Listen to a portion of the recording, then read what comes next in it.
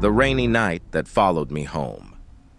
It started with rain, not the gentle kind that feels romantic or calming. This rain was heavy, angry, like the sky was trying to wash something away. I still remember the time, 11:47 p.m. I was driving alone on a narrow highway that cut through a forest I didn't recognize. My phone had no signal. The radio kept fading in and out, repeating the same distorted song like it was stuck in a loop. I should have turned back. But exhaustion makes you stupid. The rain blurred my windshield and the headlights barely reached 10 feet ahead. Trees stood on both sides of the road, tall and crooked, their branches clawing at the darkness. Then I saw her. She stood on the side of the road, barefoot, soaked, wearing a thin white dress that clung to her body like it weighed nothing. She wasn't waving. She wasn't crying. She was just standing there.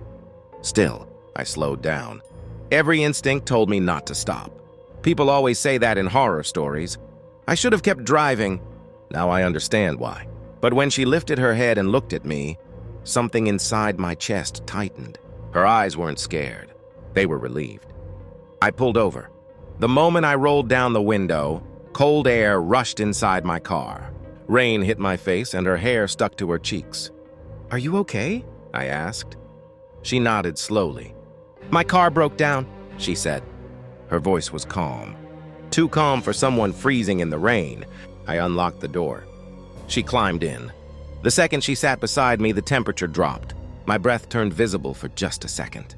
I thought it was my imagination. Her skin brushed my arm, ice cold. I took off my jacket and wrapped it around her shoulders.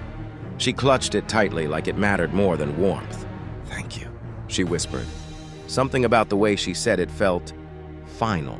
We drove in silence. Not awkward silence. Comfortable. Rain drummed against the roof. The forest passed by slowly like it was watching us. "What's your name?" I asked. She hesitated. "Anna," she said softly. "And you?" I told her. She smiled. That smile felt wrong. Not evil, not creepy, just familiar, like she already knew me. After 10 minutes, I realized something strange. She hadn't shivered once. "You must be freezing," I said. She looked down at her hands. "I don't feel cold anymore," she replied. The radio suddenly turned on by itself. Static. Then a voice. "A severe weather warning. Avoid Route 17. Multiple accidents reported." My heart skipped. "That's this road," I said. She turned toward me slowly. "I know." I looked at her. "How?" She didn't answer. The rain grew heavier. Then the engine sputtered. "No, no, no," I muttered as the car slowed. The headlights flickered once, twice, then died. The car rolled to a stop. Silence, just rain. I tried the ignition. Nothing. I looked at Anna. She was staring straight ahead. "This happens every winter," she said calmly. "What does?" She finally turned to me. "The road," she whispered. "It takes people." A chill crawled up my spine. Before I could speak, she opened the door. "Wait!" I shouted. "Where are you going?" She stepped into the rain. "There's a cabin nearby," she said. "You can wait there." She began walking into the forest. Something inside me screamed not to follow her, but something stronger pulled me forward. I grabbed a flashlight from the glove compartment and stepped out. The rain soaked me instantly. "Anna!" I called. She was already several steps ahead, her white dress glowing faintly in the dark. We walked through the trees. The forest felt wrong. Too quiet. No insects, no birds, only our footsteps in the rain. After a few minutes, I saw it. A cabin, small, old, light flickering inside. Warm yellow light spilling through the windows. Relief washed over me. Anna stopped at the door. "This is where I stay," she said. "You live here?" I asked. She shook her head. "I wait here." The door creaked open by itself. Warm light spilled onto the wet ground. Inside smelled like old wood and rain. Photos lined the walls. Old photos. Black and white. All of the same girl. Anna. Same face. Same smile. Different years. Different men standing beside her. All smiling. All familiar. My stomach dropped. Every photo ended the same way. The man stood alone, looking at the camera. Behind him, empty space. I felt breath on my neck. I spun around. She stood behind me now. Not solid, not fully real. Water dripped through her feet onto the wooden floor. "I died on this road," she said calmly. "Every winter, every storm." My mouth went dry. "I just didn't want to be alone anymore," she continued. "I wanted someone to stay." Her eyes filled with tears. "They all promised to take me home." The cabin door slammed shut. The lights went out. Cold wrapped around my chest. I felt hands on my shoulders. Not hers. Many. Whispers filled the room. "Stay. Wait. Don't leave," I screamed. The flashlight flickered back on.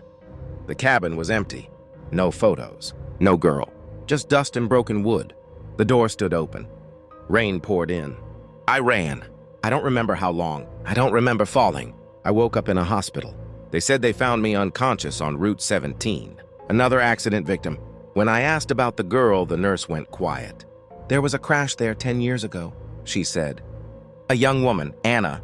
She waits for rides," an officer added softly. "Most people don't come back." That night, my phone buzzed. A message. Unknown number. "Thank you for stopping." Outside my window. It started raining. Title. She died the night I tried to leave. I never believed people when they said love can haunt you, until it did. This happened in Montana, in a quiet town where nothing ever makes the news. The kind of place where everyone knows your name, and silence feels heavier at night. I was 27 when I met Claire. She wasn't loud. She wasn't dramatic. She just watched people. That's what drew me in. We met at a gas station off Route 93. My car had broken down, and she offered me a ride without asking questions. No small talk, no flirting, just silence. Somehow that silence felt intimate. We started dating 2 weeks later, and for the first time in my life, I felt understood. The problem. Claire had one rule. "Never leave angry," she told me once. "If you do, don't come back." I laughed at the time. I shouldn't have. As months passed, I noticed things. She hated mirrors at night. She never slept facing the door, and she always locked the bedroom from the inside. When I asked why, she would smile and say, "Bad memories." Then came the fights. Not normal couple fights. She would go silent, completely still, eyes empty. And then she'd whisper things like, "You don't mean what you say yet." It unnerved me. The night everything broke. One night I told her I was leaving, not breaking up forever, just space. She didn't cry. She didn't yell. She just stared at me. Then she said something I'll never forget. "If you walk out that door tonight, one of us won't survive it."